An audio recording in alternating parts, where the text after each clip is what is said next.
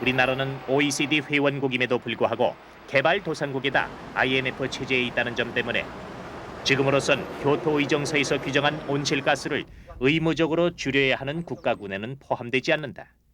우리 정부는 미국과 일본 등 의무 감축국의 3차 기간에 해당하는 2018년부터 자발적으로 감축 목표를 정해 온실가스 배출량을 줄이겠다는 것이 공식적인 입장이다. 따라서 우리나라는 어떤 형태로든지 이런 국제적인 압력에 자발적으로 대응하기 위한 준비를 하고 있는 상태고, 현재로서는 감축 의무는 없는 상황입니다. 그러나 자발적이고 비구속적으로 의무에 참여하겠다는 것을 공식적으로 국제사회에 발표한 바가 있습니다. 하지만 통계로 드러난 앞선 증거들 때문에 우리나라는 선진국들로부터 의무 부담에 대한 강력한 요구를 받고 있다. 이미 지난해 11월 말 클린턴 미국 대통령이 개발도상국의 선발 역할을 하는 한국의 온실가스 감축 시기를 앞당겨 달라는 내용의 친서를 김대중 대통령에게 전달한 바 있다. 특히 현재 환경 대통령을 표방하는 엘 고어 부통령이 차기 대통령으로 당선될 경우 한국 등 선진 개도국에 대한 압력은 더욱 거세질 것으로 여겨지고 있다. I will fight for you. Thank you. God bless you. I'll be back in this.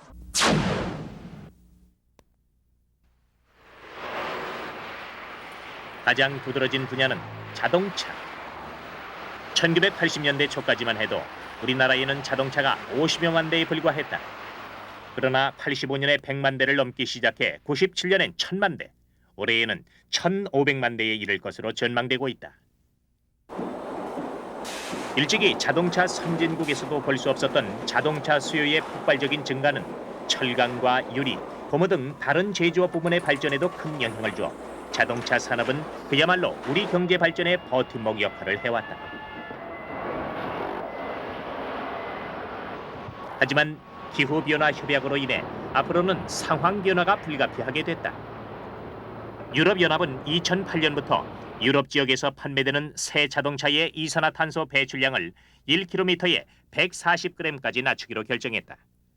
그리고 한국과 일본 자동차 업계에도 이 기준을 요구하고 있다. 자동차가 1km에 140g의 이산화탄소를 배출한다는 것은 가솔린 엔진으로는 1리터에 16.7km, 디젤 엔진으로는 1리터에 18.9km를 달린다는 것을 의미한다. 이 기준을 지키지 못한 자동차는 유럽 시장에서는 아예 판매를 못하거나 아니면 엄청난 세금을 더하는 가격으로 판매에 나서야 한다는 얘기다. 한 해에 40만 대, 전체 생산량의 20%에 달하는 자동차를 유럽 지역에 수출하고 있는 우리로서는 큰 부담이 아닐 수 없다. 왜냐하면 현재 우리나라 자동차의 이산화탄소 발생량은 1km에 200g으로 유럽연합의 목표치까지는 30%의 이산화탄소를 줄여야 하는데 현재의 기술 수준으로 이를 달성하기란 그리 쉽지 않기 때문이다. 정상교대들은 선진국보다는 좀 아무래도 기술 수준이나 여러 가지가 좀 떨어지기 때문에 목표치는 똑같은데 시간 한 1년 정도 저희가 좀 더 벌었어요. 그래서 한 25% 내지 한 30% 정도 연료 소모율을 좀 개선해야 되는 그런 내용으로 최종 저희가 협약을 맺었습니다. 예, 그렇습니다. 작년 한 해에 200억 달러 이상을 수출해 우리나라 단일 수출 품목으로 최고의 자리를 차지하고 있는 반도체 업계도 기후변화 협약의 직접적인 영향권 안에 들었다. 세계 반도체 협회는 지난해 이미 온실가스 가운데 하나인 과불화탄소를 미국과 일본, 유럽은 이 가스의 배출량을 오는 2010년까지 95년을 기준으로 10%, 한국은 97년을 기준으로 10%를 감축하기로 합의했다. 이 문제는 PFC가 반도체 생산 과정에서 발생해 생산 설비의 개선을 통해서만 감축이 가능한데 현재 우리나라 반도체 업계에서는 관련 설비를 모두 미국과 일본 등지에서 수입해 쓰는 데 있다. 미국과 일본 업체들이 PFC를 줄일 수 있는 생산 설비를 개발해 비싼 가격을 요구한다면 우리나라 반도체 업체는 그냥 따를 수밖에 없는 상황이다.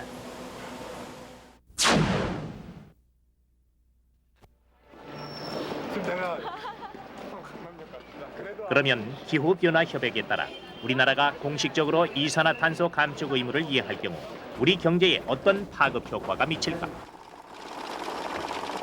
에너지경제연구원이 최근 조사한 연구 결과를 보면 이산화탄소 배출량을 5% 감축하면 2020년에 GDP는 1% 가까이 줄고 15% 감축하면 3.2%가 줄 것으로 나타난다. 그나마 이는 선진국보다 10년 늦게 감축을 시작하고 감축률도 선진국의 절반 수준으로 가정했을 때 나온 수치다. LG경제연구원은 더 충격적인 전망치를 내놨다.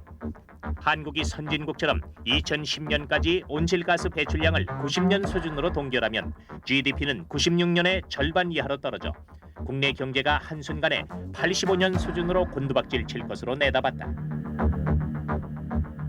현재 우리가 겪고 있는 IMF보다 더한 충격으로 다가올 수도 있다는 얘기다.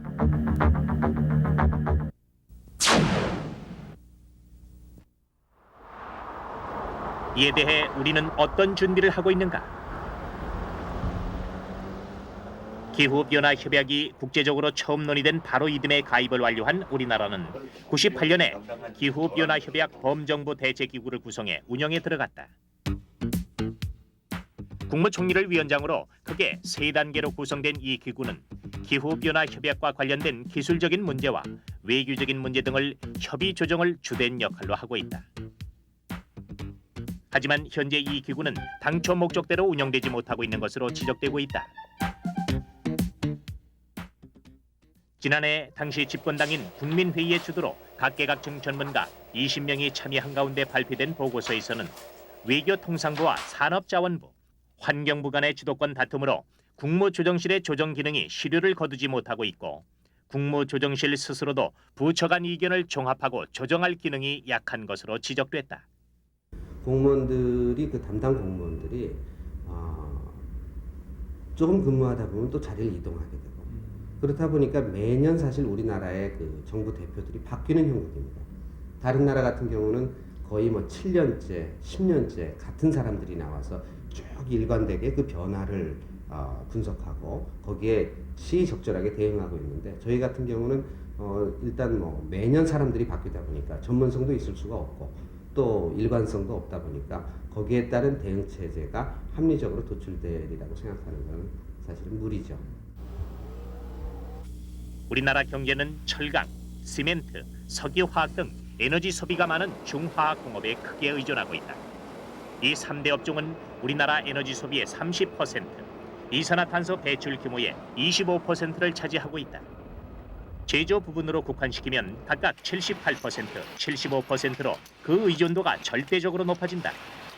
우리나라 전체 이산화탄소 배출량의 4분의 1 정도를 차지하는 한국전력을 포함해 이들 업종에서 실질적인 에너지 개선이 선행되지 않는다면 우리나라의 온실가스 감축은 탁상공론으로 그치고 말 것이다.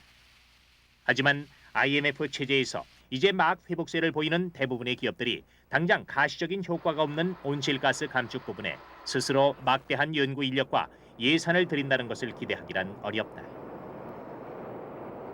지난해 말 정부는 현대자동차와 LG화학, 쌍용양해 등 국내의 17개 에너지 다수비 업체들과 온실가스 배출의 자발적 감수를 위한 협약을 체결했듯이 기업들 스스로 온실가스를 줄여주기를 바라는 정도다. 일반인들에 대한 기대도 크게 다르지 않다. 그 기후변화 협약에 대응하기 위해서는 에너지의 이 효율적인 사용이 불가피합니다. 이것은 이제 4,600만 국민 모두가 에너지 소비자 아니겠습니까? 그러니까 이게 티끌모아 태산을 만드는 이런 정책입니다. 그래서 우리 국민들이 모두 소위 이 성숙된 시민사회의 일원으로서 자발적으로 자기의 생활문화 그것을 바꾸기 이전에는 어떤 정책도 효과를 거둘 수는 없습니다.